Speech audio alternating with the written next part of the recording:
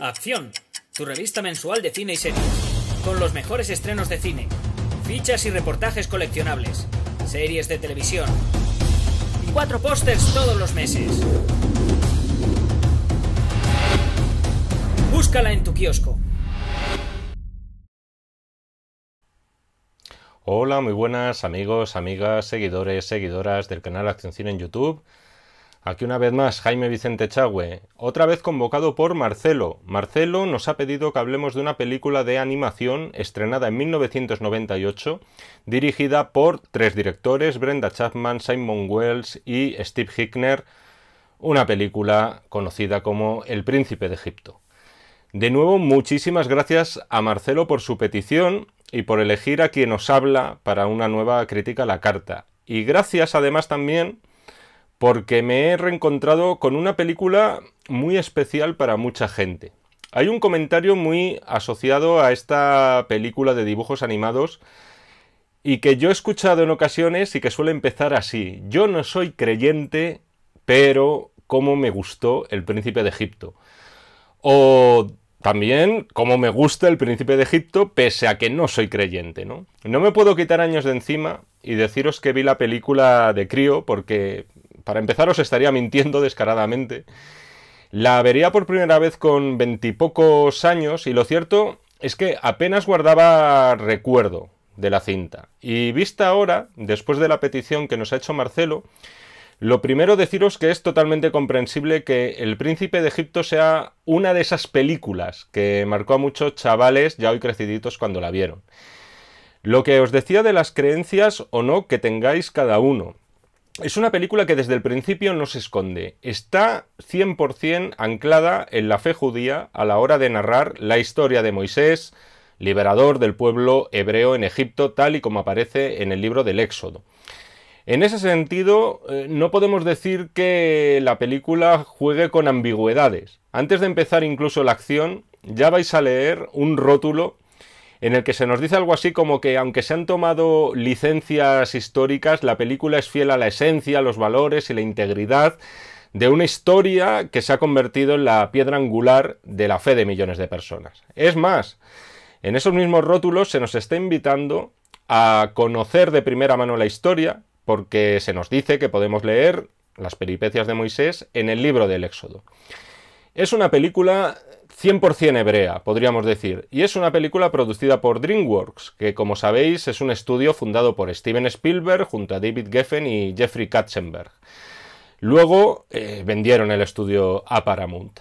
Muy importante, por cierto, este último nombre, el de Katzenberg, porque era uno de los animadores estrella de Walt Disney y del estudio de Walt Disney, y una de las mentes creativas además detrás del resurgir del estudio a finales de los 80 y principios de los 90. Acordaos que Disney comienza a enganchar un taquillazo tras otro en aquellos años. Teníamos La Sirenita, La Bella y la Bestia, después ya el acabose con El Rey León, y cuando Katzenberg se va de la Disney, además con demandas de por medio y por batallas internas, atrae también talento consigo. Así, una de las directoras del Príncipe de Egipto, que es la segunda película de animación de DreamWorks, después de Ants, de Hormiga, pero la primera hecha con técnicas de animación tradicional, esta persona, me lío con las subordinadas, es Brenda Chapman, una de las directoras, y también una de las mentes pensantes detrás del Rey León. A ella se suman Simon Wells, un hombre de confianza de Spielberg, con el que había trabajado en Fievel el Bal Oeste, secuela de la película aquella del ratón. Y también el tercero, habría que sumar, de este trío de realizadores, que es Steve Hickner, que también ha desarrollado labores en ¿Quién engañó a Roger Rabbit?, producida por Amblin y distribuida por Buenavista, que pertenece a Disney. Con todo este organigrama que acabo de decir, lo que quiero sintetizar en pocas palabras es que El Príncipe de Egipto es una película Disney en su concepción técnica, a la manera tradicional del estudio, pero a su vez 100% Spielbergiana en su concepción dramática. ¿Y qué viene a ser eso? Pues un espectáculo con un héroe que sigue esos pasos que conforman el camino del héroe, va a sufrir un cambio, va a tener una revelación, va a encontrar ayudantes en el camino y finalmente va a convertirse en un libertador. Y eso es algo que, a poco que hayáis seguido la carrera de Steven Spielberg, que seguro que sí, es algo que siempre le ha tirado mucho al cineasta. Hora y media de película del Príncipe de Egipto. Yo creo que si se hubiera estrenado a día de hoy, fácilmente incluiría una horita más de metraje, tal y como puede corresponder a narrar una de las historias más grandes jamás contada. Pero en lo personal, yo agradezco esa forma de sintetizarlo. Me parece un acierto condensar todo en poco más de 90 minutos. Es una película musical. Cuenta con varios números, cuenta con varias canciones, y eso que en el género a veces supone un pequeño lastre, porque ralentiza el progreso de la historia. En el caso de El Príncipe de Egipto, yo le encuentro que es todo lo contrario. Son números muy concisos, algunos de ellos son deslumbrantes, y la historia va avanzando gracias a ellos. En resumen, para mí, una película de 4 estrellas... 4 estrellas muy bien dadas para esta película, rozando las 4,5 para mi gusto. Un notable muy alto por las razones que os voy a explicar a continuación. La película comienza además sin apenas preámbulos. Tenemos un pueblo hebreo machacado a latigazos por los egipcios mientras están construyendo las pirámides. Y directamente lo que escuchamos, lo primero de todo, es una súplica cantada a los cielos: libéranos y llévanos a la tierra prometida. Por supuesto, todas esas súplicas son escuchadas. Jocabed, la madre de Moisés, siendo este un bebé, le canta aquello de que es su única oportunidad de prosperar y le deposita en la célebre cesta en el río. Con ese detalle, además, tan de Walt Disney, de ver la manita del bebé separándose poco a poco del dedo de la madre. Todo ello, por cierto, con sus 2 hermanos mayores de testigos, Miriam y Aarón, o Aarón, mejor dicho, en castellano. Por cierto, vemos aquí además ese mimo artesanal con el que se hacían los dibujos animados, con ese río que parece verdaderamente que está vivo y fluyendo con toda naturalidad. Es un comienzo, digamos, duro para lo que sería una película de Disney. Y nos va a poner ya sobre avisos, sobre los derroteros que va a ir tomando la peli. A medida que repase El Príncipe de Egipto, lo iremos viendo, pero adaptar la historia de Moisés a un público infantil, como ocurriría con casi cualquier otra adaptación de los diferentes libros que conforman tanto el Antiguo Testamento, como es en este caso, como el Nuevo, es algo muy complicado de hacer. Tened en cuenta lo que se nos narra en esos textos. Hay castigos, hay muertes terribles, hay venganzas, se producen sobre todo pérdidas muy dolorosas.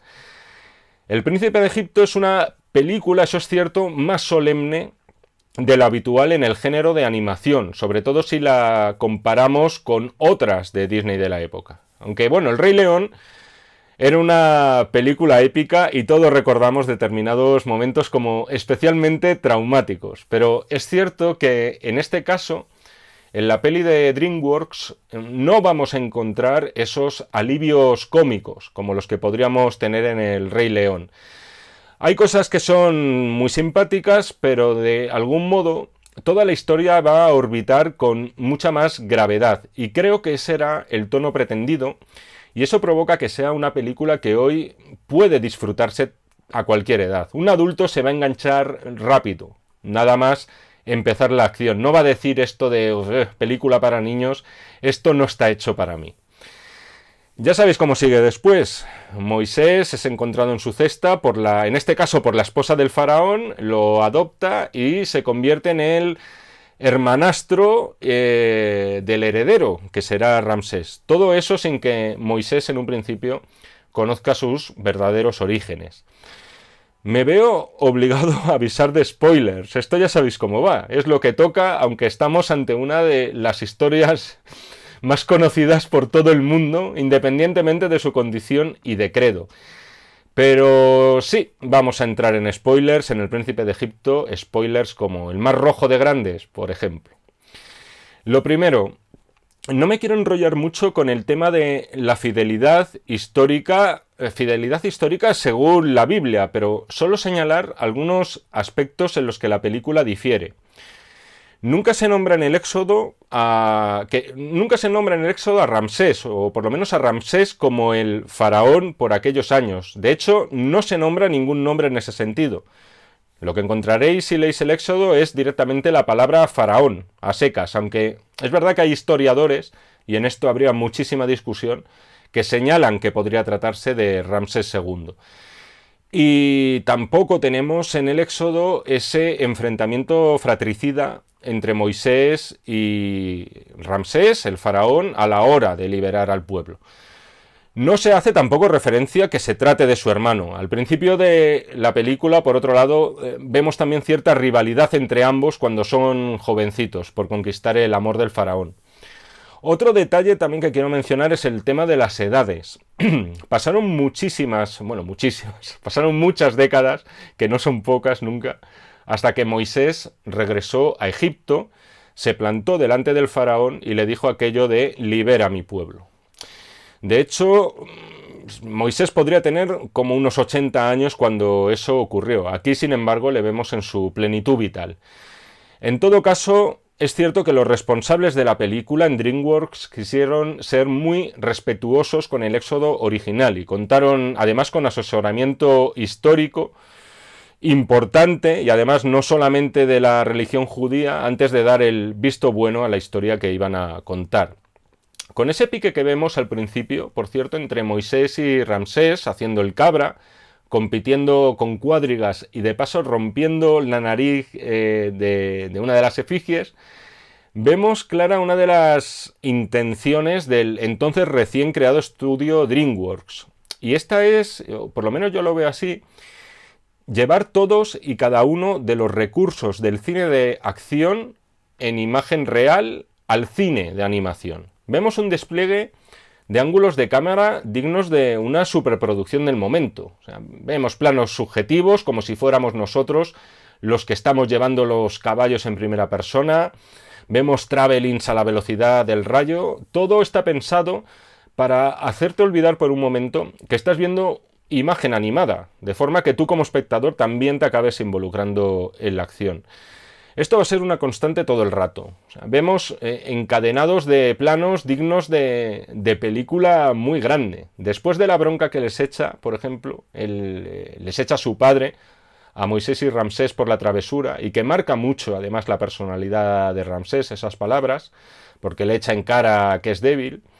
Ahí vemos que se encadena un plano de Moisés retirándose ante su padre, con otro, sin cambiar el tiro de cámara, caminando en el palacio. Otro detalle técnico que me ha encantado de la película son las sombras. O sea, son constantes en la película y por motivos obvios es uno de esos detalles que imprimen verdad a lo que ves. Lo que decíamos antes de olvidarte por un momento de que estás viendo una película de dibujos animados.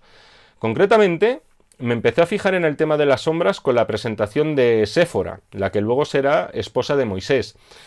Por cierto, se nos presenta muy bien el personaje, o sea, muy agresiva, muy indomable, cabreada, podríamos decir, por su condición de esclava, pero luego es verdad que es un personaje que para mi gusto acaba un pelín arrinconado en la historia. Parece que va a tener más peso del que en realidad tiene. En todo caso, vuelvo a lo que os decía de las sombras. Ella huye del palacio con su camello, en la penumbra, solo iluminada por las antorchas. En ese sentido, el reto técnico de la película es prodigioso. Es muy difícil captar esa iluminación con esa riqueza en el detalle. Y además vemos que en esa huida cobran más importancia las sombras de Séfora y su camello que las de los propios personajes reales, que la propia Séfora y su camello, ¿no?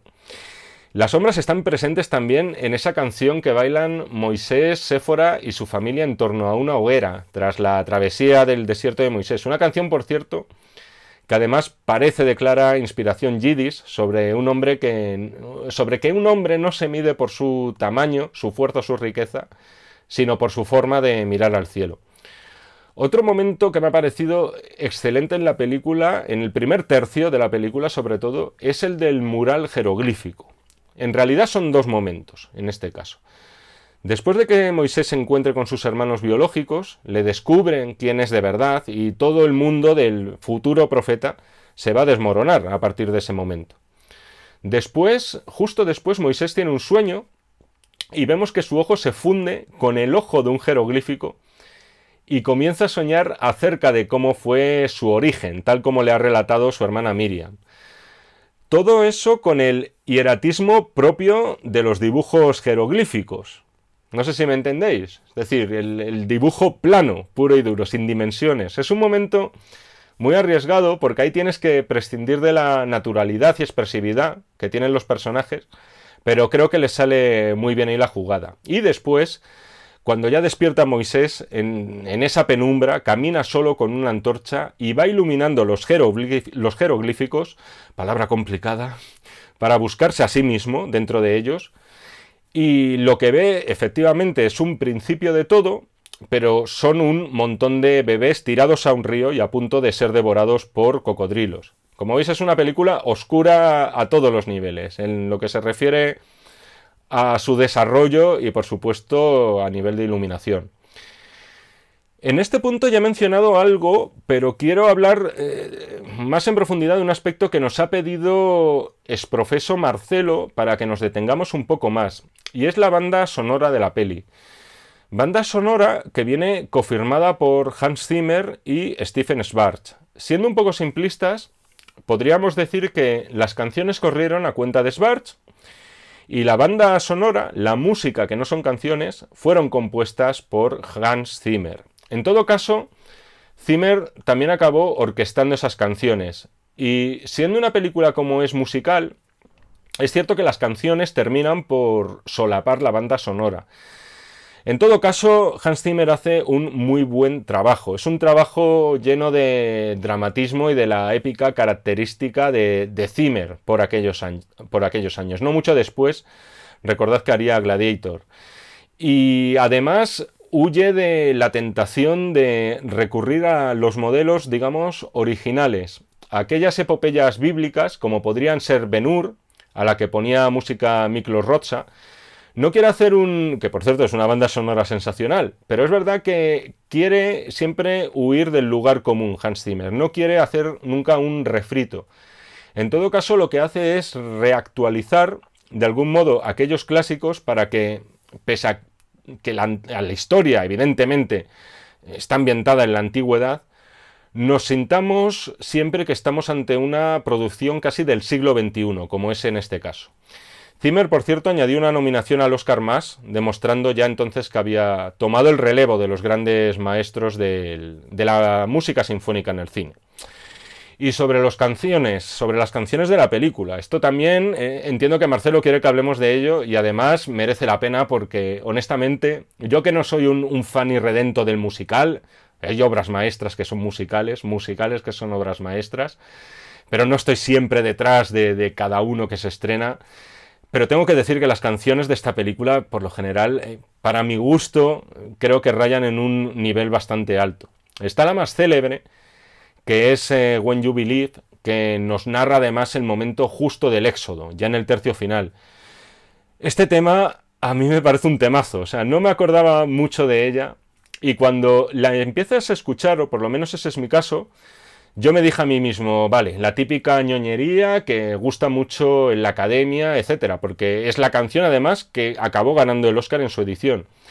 Sin embargo, la canción va cobrando poco a poco intensidad. Se inicia de forma casi fúnebre por los acontecimientos que acaban de transcurrir y ahora lo repasaremos. Y de esa letanía casi fúnebre acaba elevándose como un canto a la esperanza, a lo que está siempre por venir. Y en ese sentido me resulta una canción muy contagiosa. Creo que hay que ser un poquito de piedra, por cierto, para que en ese momento del éxodo, cuando ya Moisés lidera a todo su pueblo, no te toque la fibra sensible. Insisto siempre en esto, tengamos las creencias que tengamos. Al final, más que una película musical de dibujos animados, yo diría que es una película de animación con música. Las canciones aquí, además, como ya os he comentado antes, son cortitas, son meros extractos, salvo When You Believe y alguna más, no duran mucho más de 2 minutos cada una. Se utilizan, por otro lado, siempre con propósitos dramáticos que resultan muy expresivos. Acordaos, por ejemplo, de cuando Miriam y Aarón se encuentran por primera vez con Moisés y ella le canta la misma nana que le entonó su madre siendo un bebé justo antes de dejarlo en el río. Es entonces cuando Moisés sufre su primera revelación. Todo el mundo que él creía que era sólido, firme y perfecto, se viene abajo, ¿no? Lo que me gusta de este instante es que a través de la música él comienza a recordar y huye porque empieza a tener miedo. Ya os digo que me ha parecido en este caso un uso de la música, en este caso en concreto, del encuentro con sus hermanos, aparte de ser muy inteligente, te hace progresar la historia y verdaderamente te muestra el poder que pueden tener 4 o 5 sencillas notas, ¿no?, en la mente de cualquiera. A todo esto, que no os lo he dicho, ved la película si podéis. Yo la he visto en versión original, casi siempre lo recomiendo, no soy un talibán con la VO, es decir, no me parece que sea un sacrilegio ver una película doblada, pero en este caso en concreto, con las películas de Disney, por lo menos ahora ya en esta etapa mía de madurez, es algo muy personal, pero las traducciones de las canciones a mí me suelen chirriar bastante y se les va la mano con los hipérbatos, podríamos decir, cambiando el orden natural de las palabras dentro de una frase para que acaben rimando ahí con calzador y de mala manera, ¿no? Creo que en este caso merece la pena leer subtítulos en El Príncipe de Egipto. Vedla también, por otro lado, en versión original, para escuchar a los actores que interpretan a los personajes, porque esto, no lo he comentado, no está nada mal el reparto del Príncipe de Egipto. Tenemos a Val Kilmer como Moisés, a Ralph Fiennes como Ramsés, a Michelle Pfeiffer como Séfora, Sandra Bullock como Miriam. También se dejan caer por ahí Jeff Goldblum, Patrick Stewart, Helen Mirren, Steve Martin, anda por ahí. O sea, es un elenco de lujo, puro y duro. Un elenco de lujo en el que hay que decir que no todos cantan. En las partes cantadas, en algunos personajes se recurrió a cantantes profesionales. Val Kilmer en su caso no canta, pero sí lo hacen Ralph Fiennes y Michelle Pfeiffer. Estos sí que se atrevieron.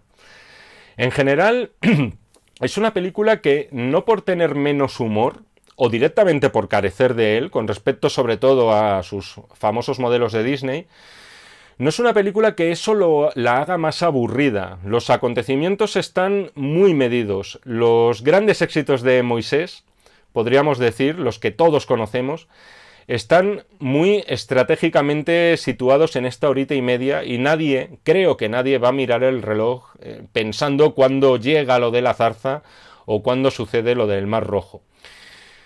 Hablando de la zarza ardiente, por cierto, y el encuentro con Moisés, la zarza además le dice casi literalmente las mismas palabras que podemos leer en el Éxodo, para que os hagáis una idea del respeto reverencial con el que se adoptó este libro de la Biblia en la película. Soy el Dios de tus antepasados, lleva a tu pueblo a una tierra donde mana la leche y la miel, azotaré Egipto con todos mis milagros, coge esta vara, yo estaré contigo, Moisés, etc.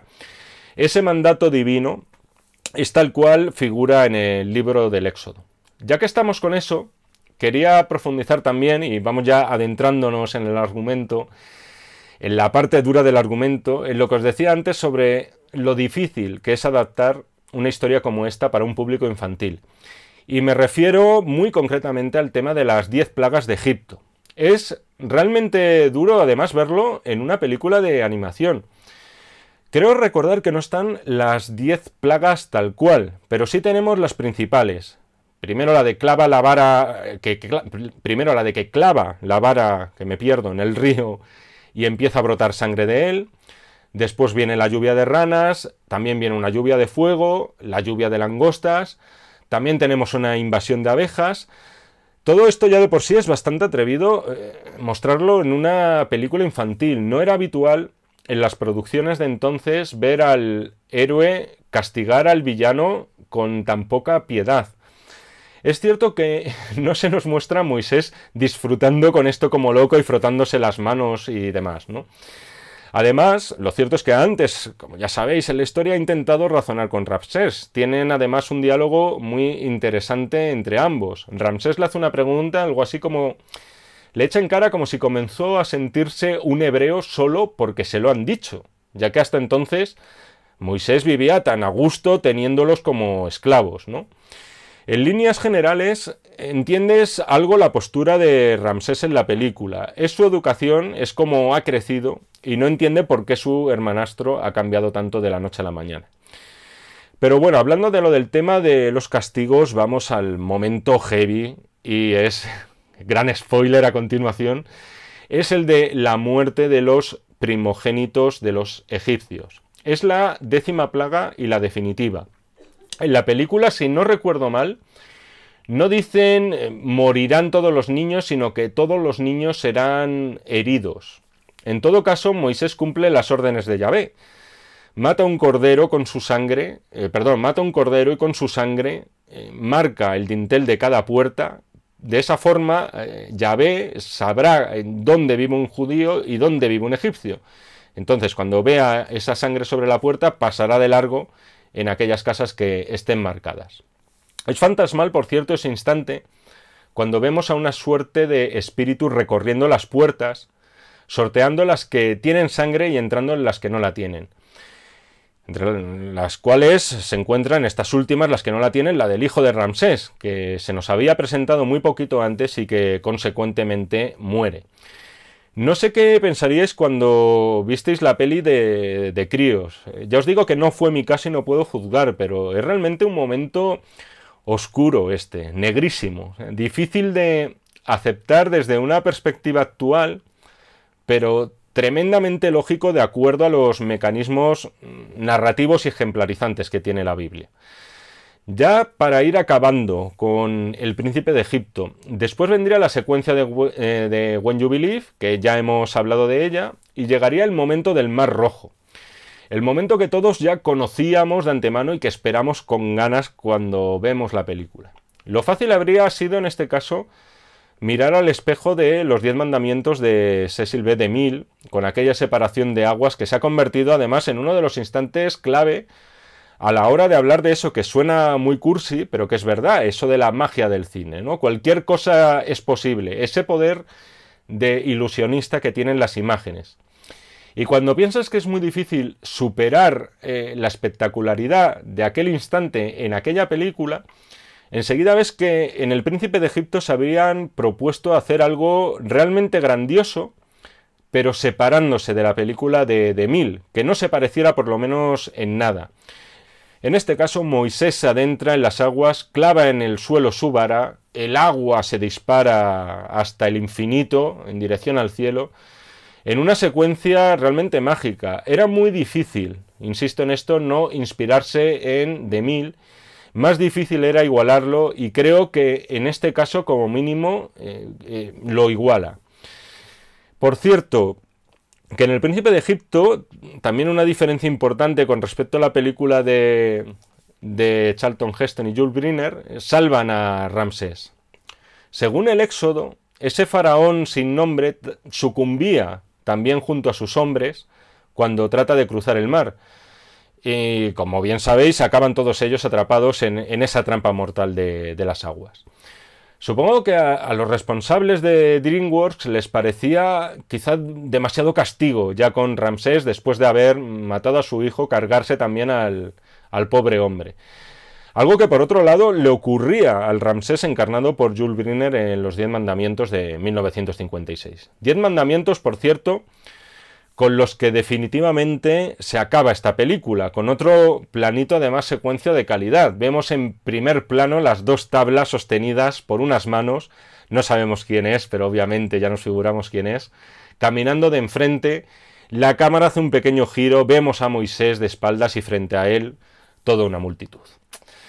Y hasta aquí hemos llegado. Espero de corazón que os haya gustado a todos esta crítica a la carta, especialmente a Marcelo, que es quien nos la ha pedido. Si queréis que continuemos haciendo críticas a la carta en este canal, por favor, no dudéis en ver mirad las instrucciones que hay justo debajo de esta pantalla. Y ahora sí, no dudéis en solicitarnos la crítica a la carta. Y todavía menos dudad sobre suscribiros al canal de Acción Cine, que ya está cerquita de los 51.000 suscriptores. Y esto ha sido todo. Nos seguimos viendo en el canal de Acción Cine si así me lo requerís, y por supuesto nos seguimos leyendo en este y en todos los que están por venir de los números de la revista Acción. Muchísimas gracias y hasta otra ocasión. Acción, tu revista mensual de cine y series, con los mejores estrenos de cine, fichas y reportajes coleccionables, series de televisión y 4 pósters todos los meses. Búscala en tu kiosco.